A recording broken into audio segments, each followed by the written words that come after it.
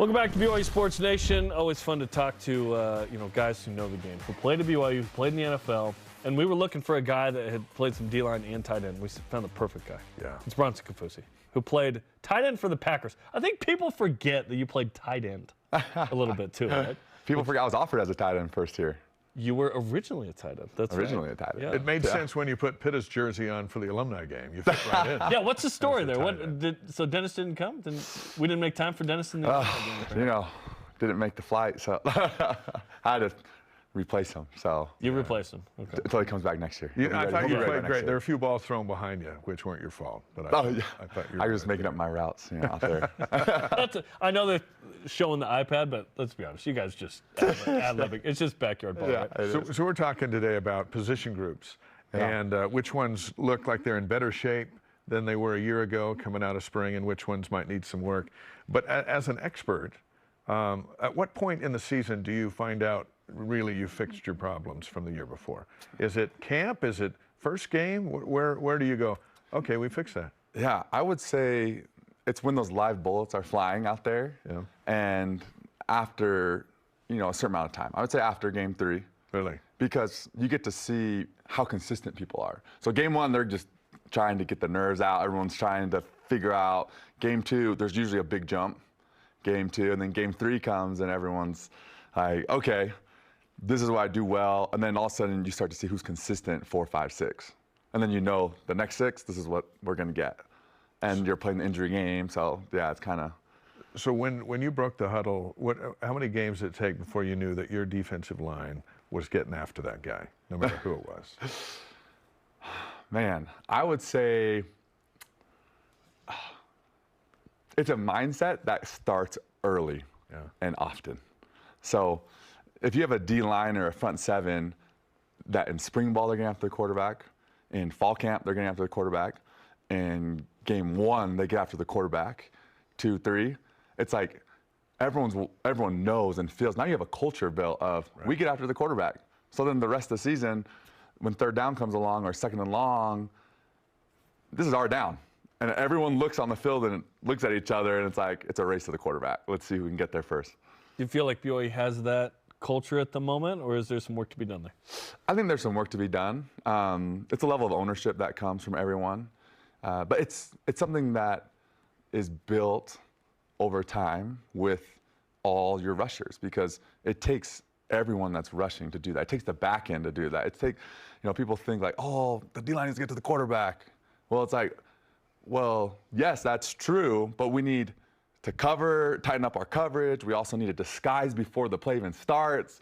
So then we get the quarterback thinking, and so that's why football is incredible, because there's so much that goes into it that, man, I always felt like I had a great relationship with the DBs, because on third down, I'd look at them, and they'd look at me like, hey, you better get home. I'm not going to be out here by myself all day over here. And if they're covering well, quarterback might hold on to the ball, right? Literally just a split Symbiotic. second, Yeah. split second longer, because I know my job is to beat this dude in front of me, and the coach's job is to put me in the best situation. So for me, as an edge rusher, and anywhere on the line, I just want a one-on-one.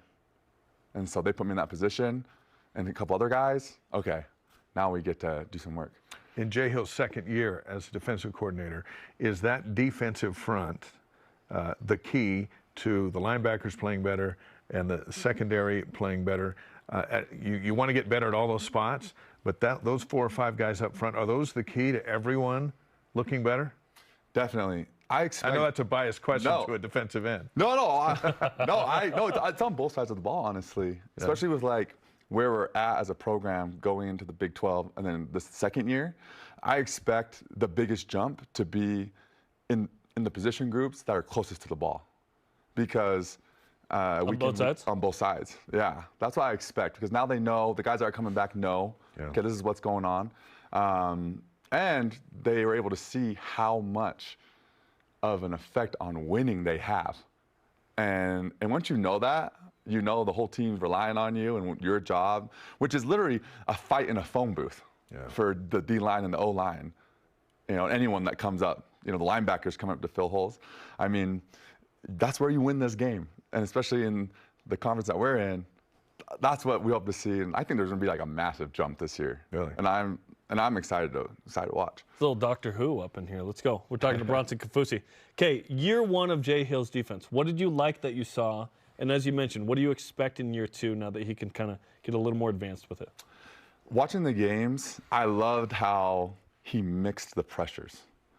He brought all types of pressures from the edge, from corners coming to safeties, linebacker, and I love that because pressure breaks pipes. So as a defensive player, I want the pressures because I know the more pressures that come, the more movement up front, you start to understand, okay, this is how the D coordinator makes these calls. And now the second year, I know the chances I can take. And they're calculated chances and risks, but they can lead to major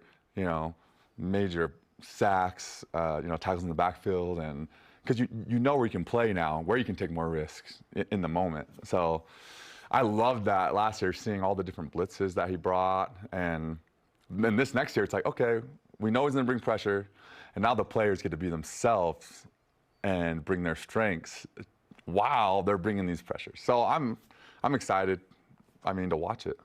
On the other side of the ball, you got quarterbacks, and they haven't announced a starter, not going to, till we get into fall camp.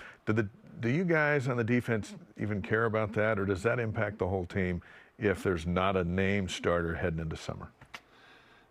You definitely want just a leader. And the defensive guys know that the quarterback is that person. Whether you're a good leader, a bad leader, a great leader, like the quarterback's gonna be the leader. You felt that way about Riley, Nelson, and Taysom? Yeah, they're the leader. And during fall camp, everyone kind of knows throughout fall camp and who that is. And there is, and the coaches start to know, and there's trust and respect being built as you go. And so I just feel like you want to have that person, right, as early as possible. But if no one feels comfortable about it, that's fine, because you don't want to force it.